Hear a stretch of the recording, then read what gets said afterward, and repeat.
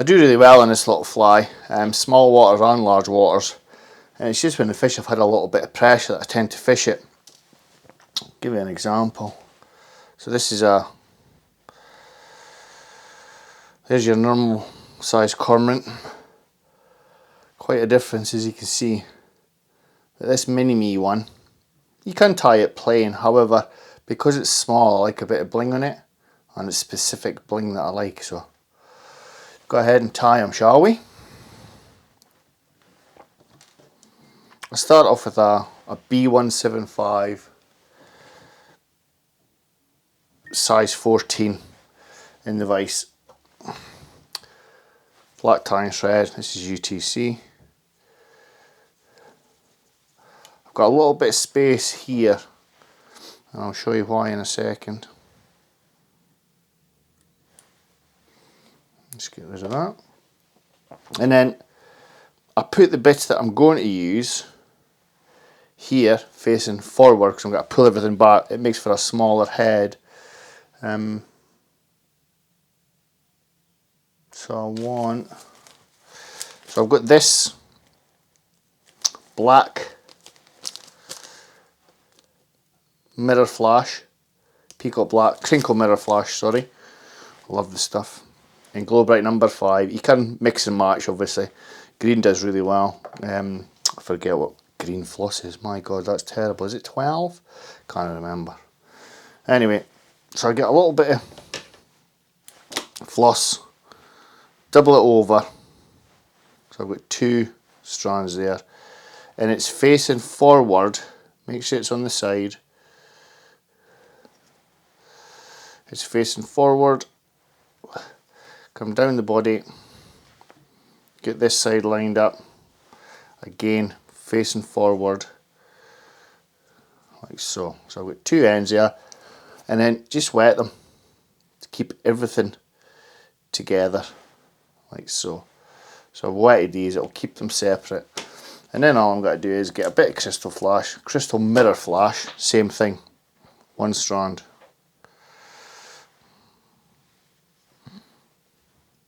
Again to the side, so that when I pull it back, I'll show you all this when it's done. When I pull it back,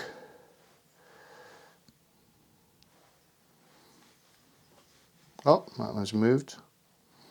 You can actually move it once the thread wraps are in. Again, up the side, you can see there.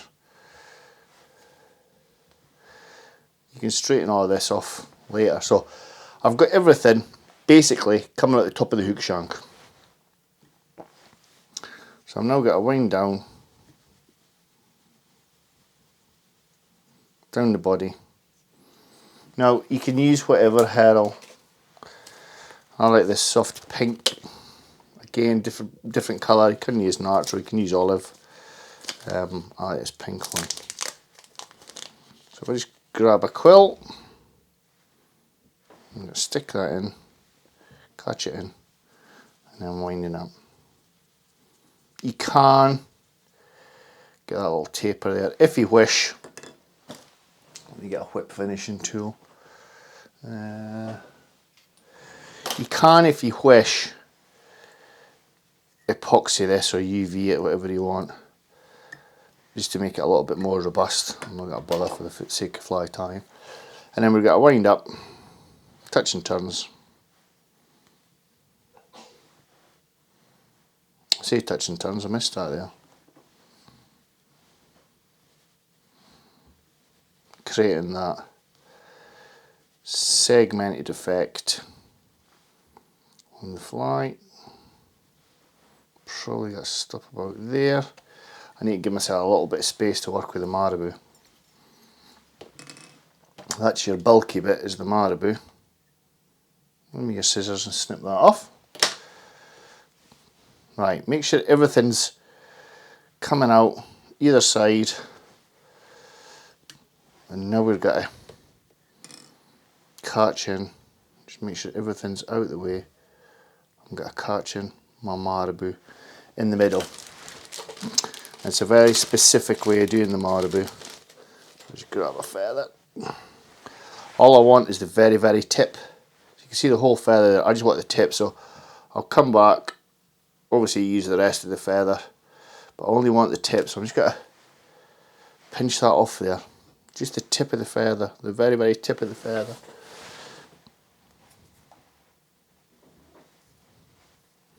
And then I'm going to catch it in. That's a real finicky bit, this, because I've got different materials all over the place, but we'll tidy that up. We come in, catch it in my pinching loop on top, make sure you've got enough to pull here, and then pulling it through, try to keep everything on the top, but the same length as the body, so about there is good. Yep, that's about right. You want that to kick up. This is the tricky bit because you've got everything else that you can't afford to cut. So come in at an angle. Again, make sure you've not got the crystal flash. Sometimes it's better just to wet this.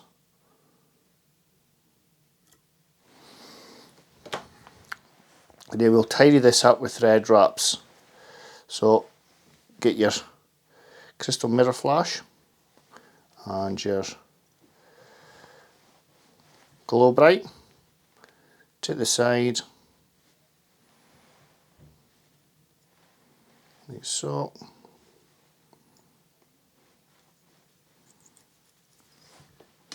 That's him, gorgeous. And then we've got to come in, crystal mirror flash, same length as the wing, and to get the cheeks bang on, I'll bring everything forward. So we've caught them in really tight there. Bring everything forward in front of the hook eye. I'm going to do this so I've got no light in the way. You can't see that, sorry. If I do, I'll part my thread here. Get your floss, both bits of the floss. Bring it in front of the fly like so, and in line with your hook eye, snip them. So you've got two little tufts, a bit like a, oh my god, what's it called? A bit like a muskins. So we've done all that, we just got to tidy the head up now.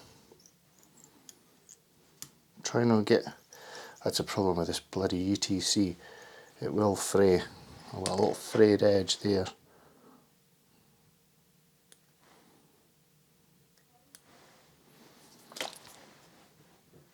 So I'm just trying to tidy this up. The head, you've always got to get a bigger head in it. It's such a small fly. We've got a lot of materials in there, especially if we use the stem of the marabou. But don't worry about that. Come in, whip finish.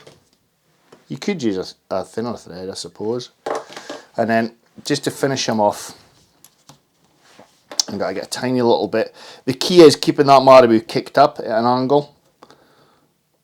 And that's why you want the very tips in the stem there. So just come in, a little bit of varnish.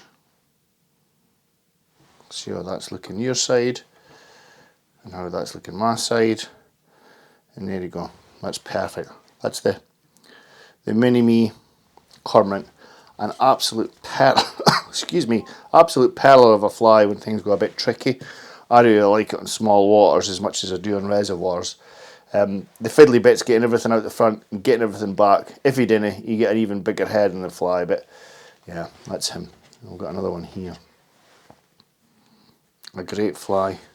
Look at that. Great little fly. I really hope you enjoyed that, folks. If you did, please be kind enough to subscribe to the channel. Take care. Bye-bye.